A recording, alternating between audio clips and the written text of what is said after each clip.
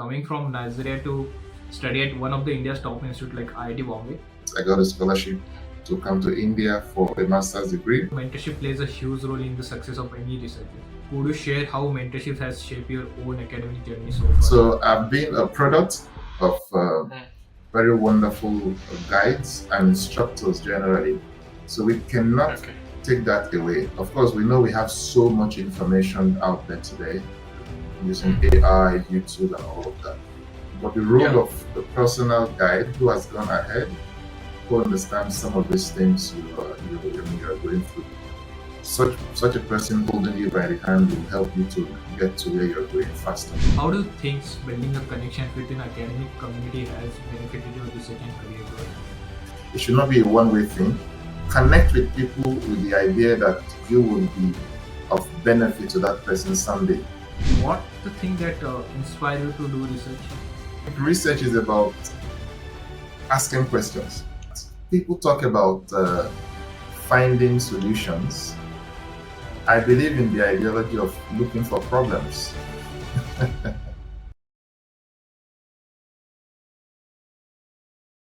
So, hello Ojo, welcome to Tayog Podcast. How is it going? Yeah, thank you very much, Shushkesh, for having me on your podcast. It's been amazing. Thank you very much. Yeah. We are excited to hear about your story. So let's dive right in. Sure. So let's start with your research focus. So you work on the thermal comfort and the energy efficiency analytics. Okay. Yes, So sure. can you explain about it? Okay, so it is supposed to be a general knowledge for most people, only that a lot of persons hardly look in details at some of these things. So let me start from a descriptive perspective. So when you find yourself in a room, in a space, you want to be comfortable. Either the temperature is normal or the humidity is normal. All right. Yes. So there are things in that room that ensures that the temperature or the comfort in that place is in such a way that it makes you comfortable. Okay, so these are some of the things we are studying. How can we make a space comfortable for occupants?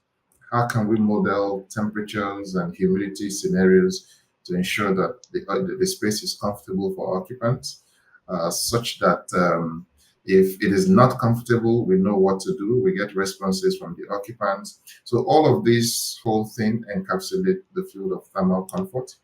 And it is what underlines the algorithms that are designed in some of these HVAC systems that ensures that there are optimal optimal temperature conditions within a space to ensure that occupants are comfortable. So we kind of design models around this space to ensure that we can have these models understand the environment, understand human perception of their thermal comfort, and possibly feed this result into a HVAC system so that we can have an automated loop of maintaining comfort situations in a space here, essentially. Oh, great! Yeah, it seems like your research has a potential to make significant impact on the both energy conservation and as well as improving the living standards. Definitely. There is no doubt about that. So we've recently been involved in the conversation around climate change and energy efficiency. Energy, contributes majorly to the discussion of climate change, and everyone across the spectrum is seeing how we can maximize the use of energy and minimize waste. And for that reason, with research as this, energy efficiency is always goes hand in hand with whatever we are doing, such that we can be comfortable at the same time at minimal cost to energy. So it has tremendous impact on our day-to-day living and climate change in particular. Great. Oh, can you share about what challenges are you coming for making this model? Okay, so currently, what I've been doing so far is studying existing models, and so that we can actually know where the work has reached for now. So we have a lot of models currently, and my study so far has showed that some of these models have their own limitations. Okay. Some of them, for example, the PMV model, when it was designed in the 70s, it was designed in a controlled environment, in a chamber where you have people, okay, everything is set, and it has taken measurement and getting responses from occupants. Yeah. But over time, we have evolved, and the story about thermal comfort and HVAC systems now considers both controlled environment, air-conditioned environment, and environments that are not air-conditioned. So we need to Mhm. be able to see how we have a model that is very versatile, that touches Okay. both on conditioned, air-conditioned environment. I don't know if you capture the area of where I mentioned PMV having its own limitations. Okay, okay. Okay, so PMV, has its own limitation, and then we have an improved version that tries to that tries to capture areas that are not air conditioned. Okay. So we can have a model that captures the entire spectrum of thermal comfort, both non-ventilated, naturally ventilated spaces and air-conditioned spaces. Okay. Nice. So before we go deeper into your research, let's talk about your journey coming from Nigeria to study at one of the India's top institute like IIT Bombay is an incredible feat. So how did the journey begin? Okay, so I always like to say I've been an academic nomad, Okay. so my interest when it comes to learning always spans across so many fields.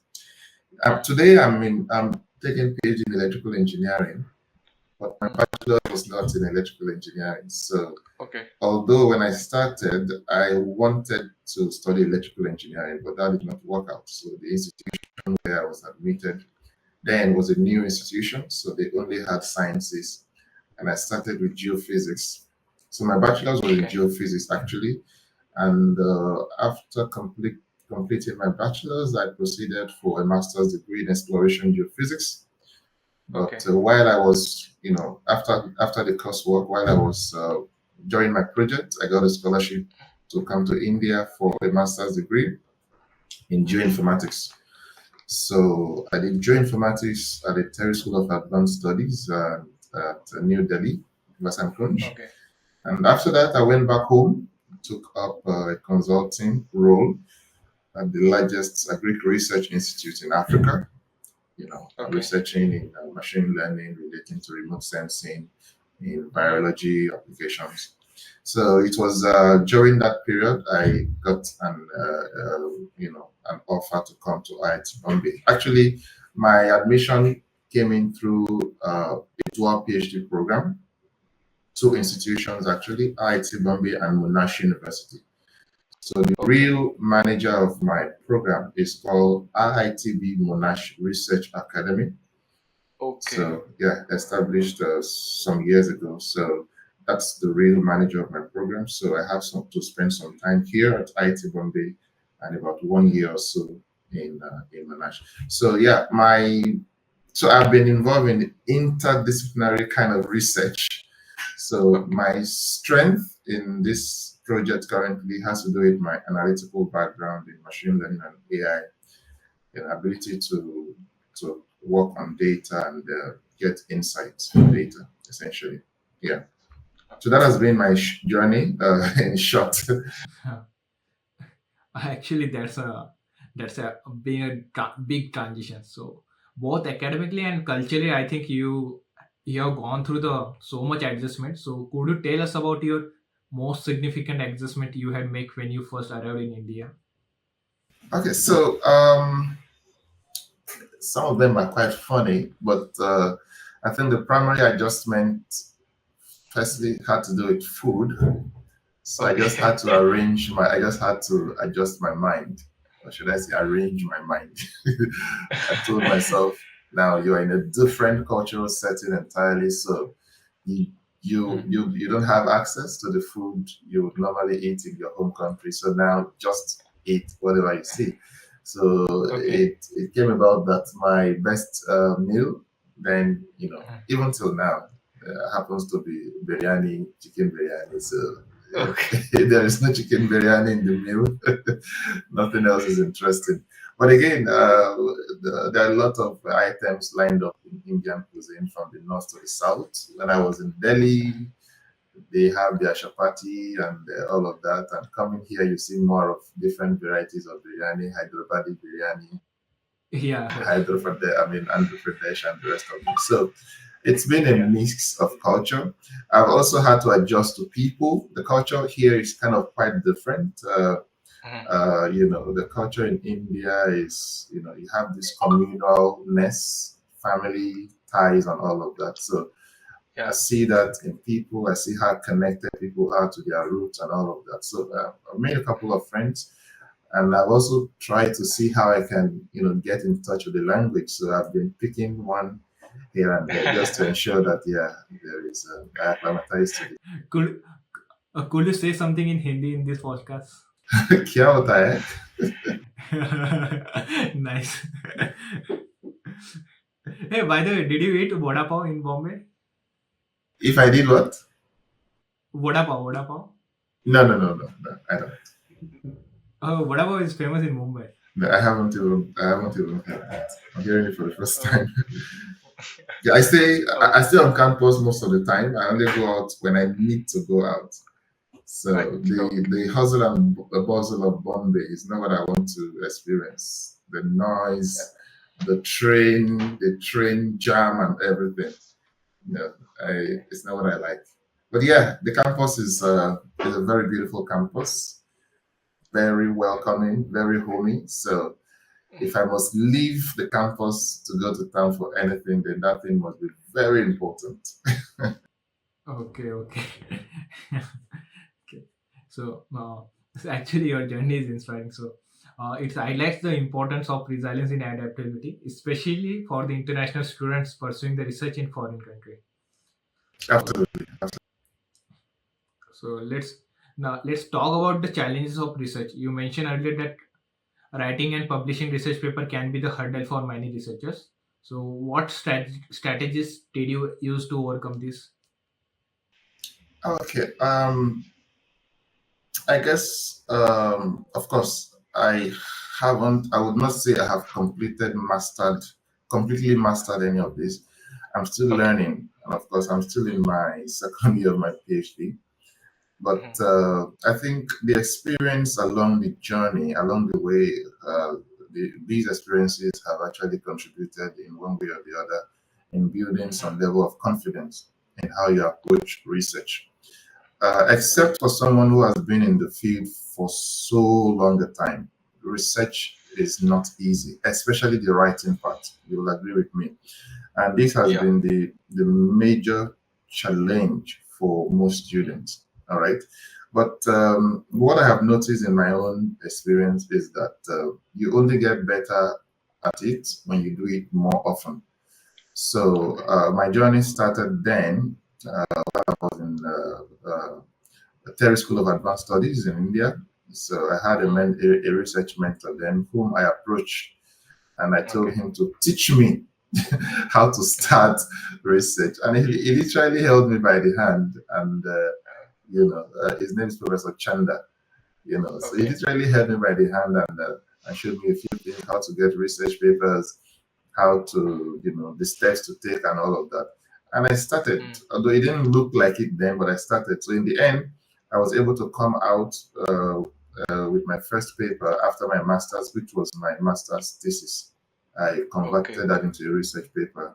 And after that, I had an opportunity of collaborating with some other authors in another paper. It was two Mm. papers. Those two research papers currently have about 30 citations, Okay. in the scientific community. So my advice is that of course, there are steps to take here and there, but you can only be a good researcher if you read more of research articles, see the methodology, the flow, see how these things are done. When you look at them as many times as possible, as many research output as possible, and then you also try to write. You have a guide who is there with experience guiding you along the Yeah. way. I mean, I've personally had times when my guide would tell me, "No, this is wrong. This should not be." Why do you write like this? I always appreciate those Okay. times because those are the times that help me to also grow. So we are all growing. That is why we are here. We are no Okay. one. I mean, there is no research student, PhD student, who will claim that they know how to do research already. You know. So yeah, it's been learning and learning for me. Yeah, actually, that's an excellent advice. So most of the this viewer will find is a good strategy for their research. So let's come to the point of the mentorship and the networking. So as you know, the mentorship plays a huge role in the success of any researchers. So could you share how mentorship has shaped your own academic journey so far? Oh, thank you very much, Rishikesh. So, like I mentioned, um, okay, let me start from this very funny story when I wanted to decide on which course to go for in Yeah. bachelor's. I mentioned earlier that my preference was electrical engineering, but Yeah. the university was not offering EE at that time. EE was to start in the next session. So I had this godfather. I would say he's an elderly person I looked up to. So I asked him, I told him, I said, this is the situation. What would you advise to do? Then I had in mind to take geology, you know. Okay. And then he said something very funny. He said, don't go for geology. Those guys go around looking for stones. And that simple thing he said, made me think, okay, so he said, go for geophysics. And I never regretted that because I'm this kind of person that have a disposition towards analytics, numbers, you know, critical thinking and all of that.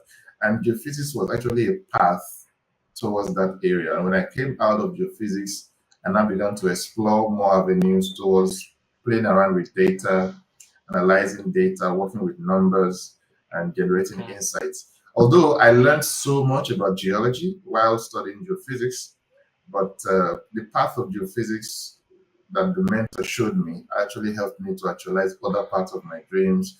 I was able to explore possibilities in software engineering, and Okay. I took a course in software engineering at IIT Madras at the point. I didn't mention that earlier.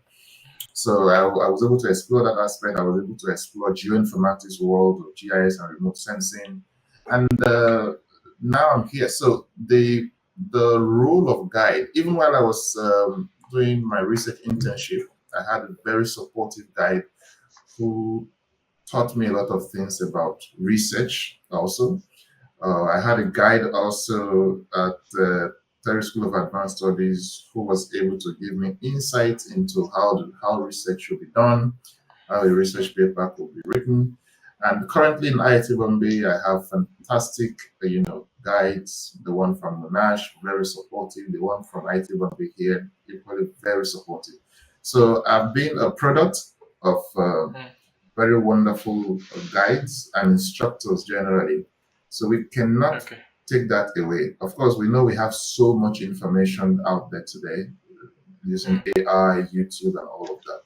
But the Yeah. role of a personal guide who has gone ahead, who understands some of these things you are going through, such a person holding you by the hand will help you to get to where you're going faster. So we Yeah. cannot overemphasize the importance of a guide in your PhD journey. But that is when you have a good guide. And I have stories of students who always, had to complain about their guide and all of that. So unfortunate. Yeah. So if you have a good guide, good for you. But if you don't have a good guide, it may not, all go well for that student. So the guide is very important. A good guide for that matter. Yeah. But actually, that's true. Actually, so networking is another aspect that often gets overlooked. So, how do you think building a connection within academic community has benefited your research and career growth? Okay, so the world is about connection. Yeah, we need to Yeah. get that very well. The world is about connection. Human beings are relational beings and entities, and there is no way you can take away the aspect of networking from us as human. Yeah. As a matter of fact, networking plays a very important role, for that matter. You see a place like LinkedIn. We are talking today because we got connected on LinkedIn, right? So that's something you want to, you want to draw an example from. LinkedIn, for example, is a place where professionals like Mhm. this, connect. So you cannot downplay on networking. So personally, networking has been of immense role for me. I have gotten tremendous opportunities through networking, and there are also people in my life who have benefited from the relationship that we had.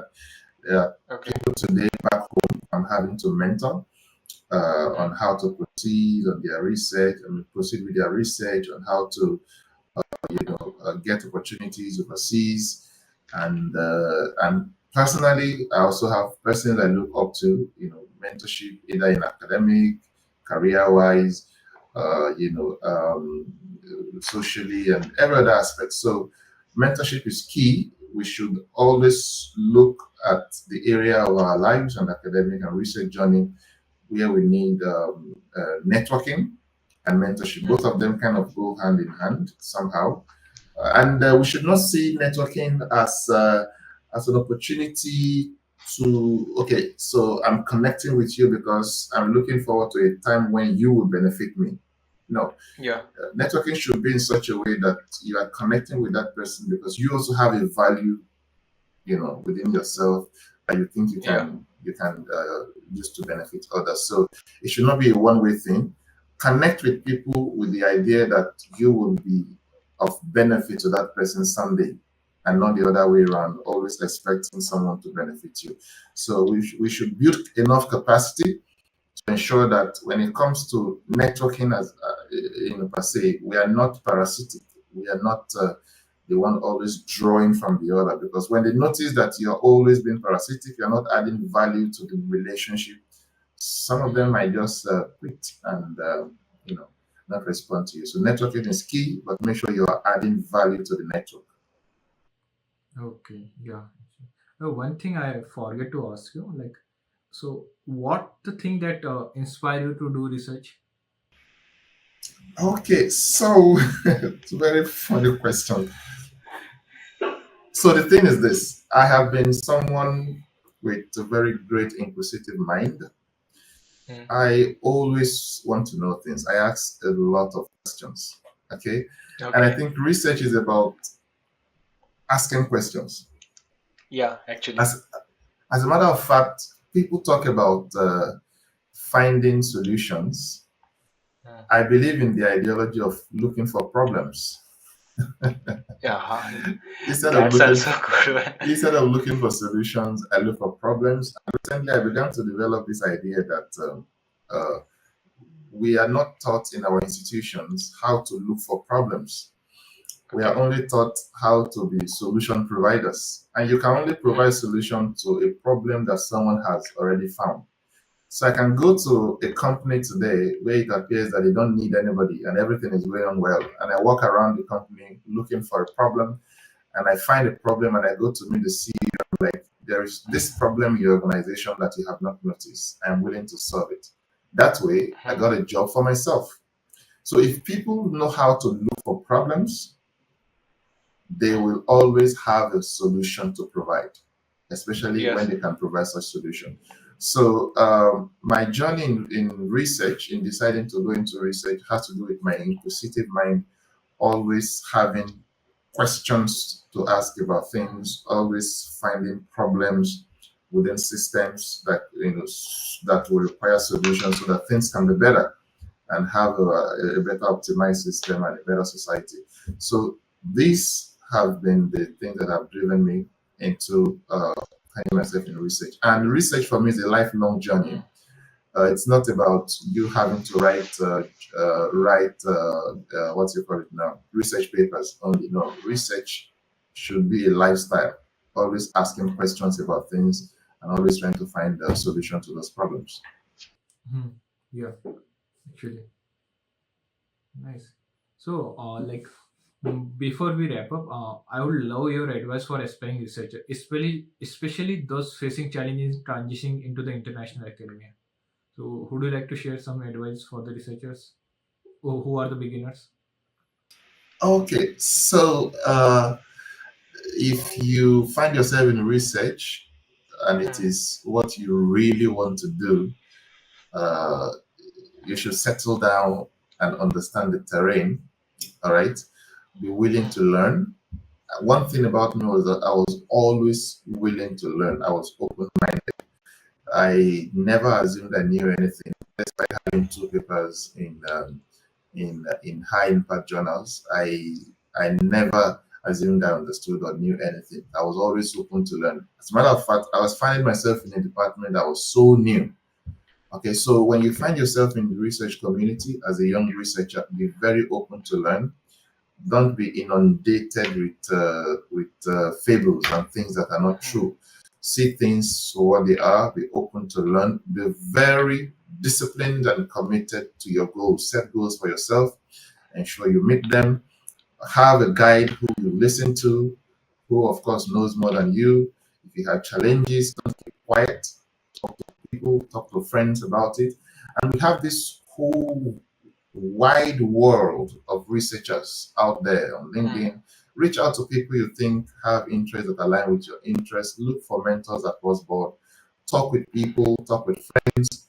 Yeah. Eventually you realize that putting all of these together will make you a better researcher, not just a one Mm, thing or looking for a quick help book. So yeah, we will be better if we try to look around our world and find solutions to what are the things mm, that to the things that bothers us. Nice, yeah. Actually, it's a very great advice. So, I think your story and insights are sure inspire and motivate many researchers out there. So, thank you so much, Ojo, for sharing your incredible journey and research. It was indeed a pleasure having you on the podcast. And thank you so much for giving your time. You're welcome, Rishikesh. Thank you for having me, and I wish you all the best, the Tayog team. I wish you all the best and that you expand more and more. Thank you very much indeed. One thing for the viewers, so you you can see the profile of the Ojo on our Tayo website. so, Definitely. You can connect the Ojo on the Tayo. Thank you.